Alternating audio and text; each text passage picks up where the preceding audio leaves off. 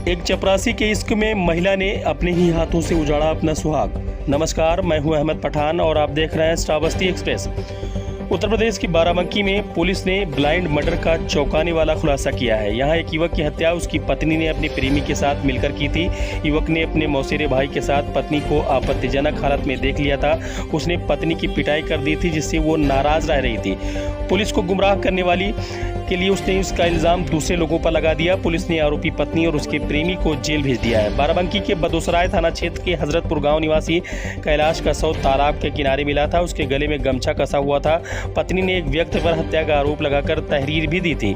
Police ने जब मामले की जांच शुरू की तो पूछताछ में पत्नी की भूमिका संदिग्ध मिली।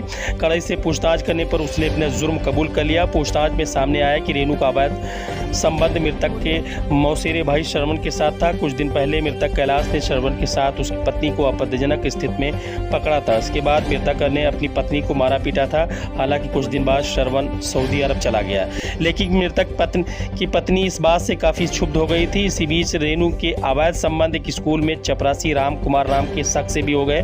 फिर मृतक की पत्नी रेणु ने अपने पति कैलाश और राम कुमार के साथ मिलकर रास्ते से हटाने की योजना बना डाली।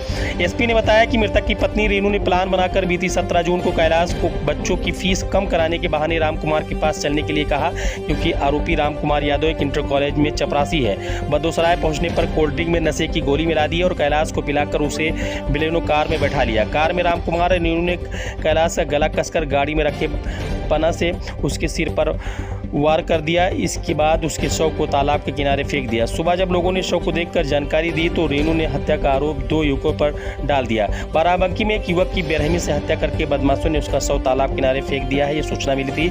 मौके पर पहुंची पुलिस ने युवक की गर्दन में गमछा कसा मिला। इसके अलावा मृतक के शरीर पर चोट के निशान भी थे। इस हालत में शव देखकर पूरे गाँव में हड़कंप मच गया था। वहीं परिजनों का भी रो रो कर बुरा हाल था। घटना की जानकारी मिलने पर एसपी मौके पर पहुंचे और जाँच पड़ताल की। पुलिस ने युवक की पत्नी की तहरीर पर गाँव के ही 2 लोगों के खिलाफ हत्या का केस दर्ज कर एक को हिरासत में ले लिया था और पूछताछ कर ही रही थी कि मृतक की पत्नी पर पुलिस को संदेह हुआ। फिर मृतक की पत्नी को उठाया गया, कड़ाई से पूछताछ की गई तो दर परत पूरी कहानी बयां हो गई। फिर इसके आशिक को भी उठाकर पुलिस ने कार्रवाई करते हुए दोनों को जेल भेज दिया है।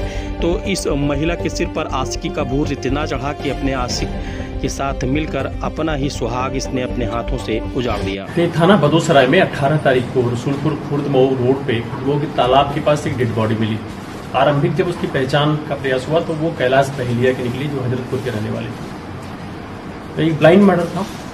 उस पर जो उनकी पत्नी है उसकी तरफ से एक तहरीर प्राप्त हुई, जिसमें कुछ पुरानी छोटी सी रंजिश को लेकर के नामजद किया गया और फिर पत्नी द्वारा उस पर इस बात के लिए काफी दबाव बनाया जाने लगा कि हम उनको गिरफ्तार किया जाए, क्योंकि वही वो सही मुलजिम है। ये बार बार कहने लगी।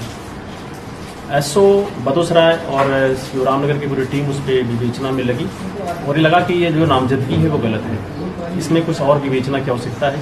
उसी क्रम में काफ़ी जब हम आगे बढ़े तो मालूम चला कि ये मृतक की पत्नी खुद ही हत्या में शामिल है और उसने एक पूरी कहानी रची।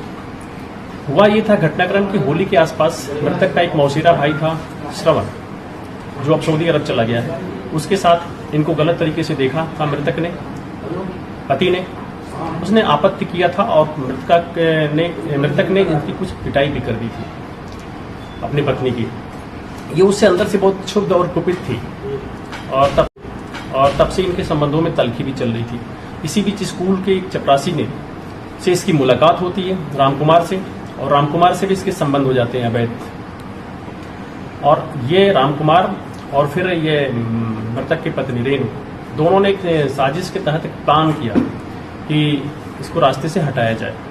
घर से ये अपने पति को ये कह के लेके चलती है कि जो राम कुमार है वो बच्चों की फीस को कम कर देगा, क्योंकि भाई स्कूल का चपरासी है। वो बात करके प्रिंसिपल से कम आप बस वहाँ चलिए, थोड़ी बात हो जाएगी आपके सामने। इसके पहले भी उसने उनको कुछ नशीला पदार्थ दिया था खाने में।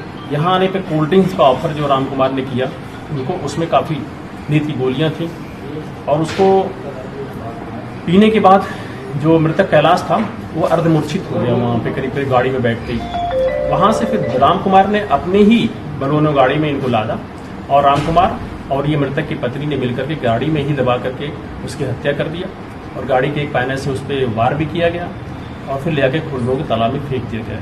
घटना में प्रयुक्त जो गाड़ी है वो बरामद हुई है, वो पाना बरामद हुआ है, उसमें ब्लड स्ट्रेन भी मिले हुए हैं और इन सारी बातों की पुष्टि हमारे अन्य स्रोतों से जो साक्ष्य हमारे उनसे भी हुई और इन सबों ने जुर्म को स्वीकार भी किया है पूरा।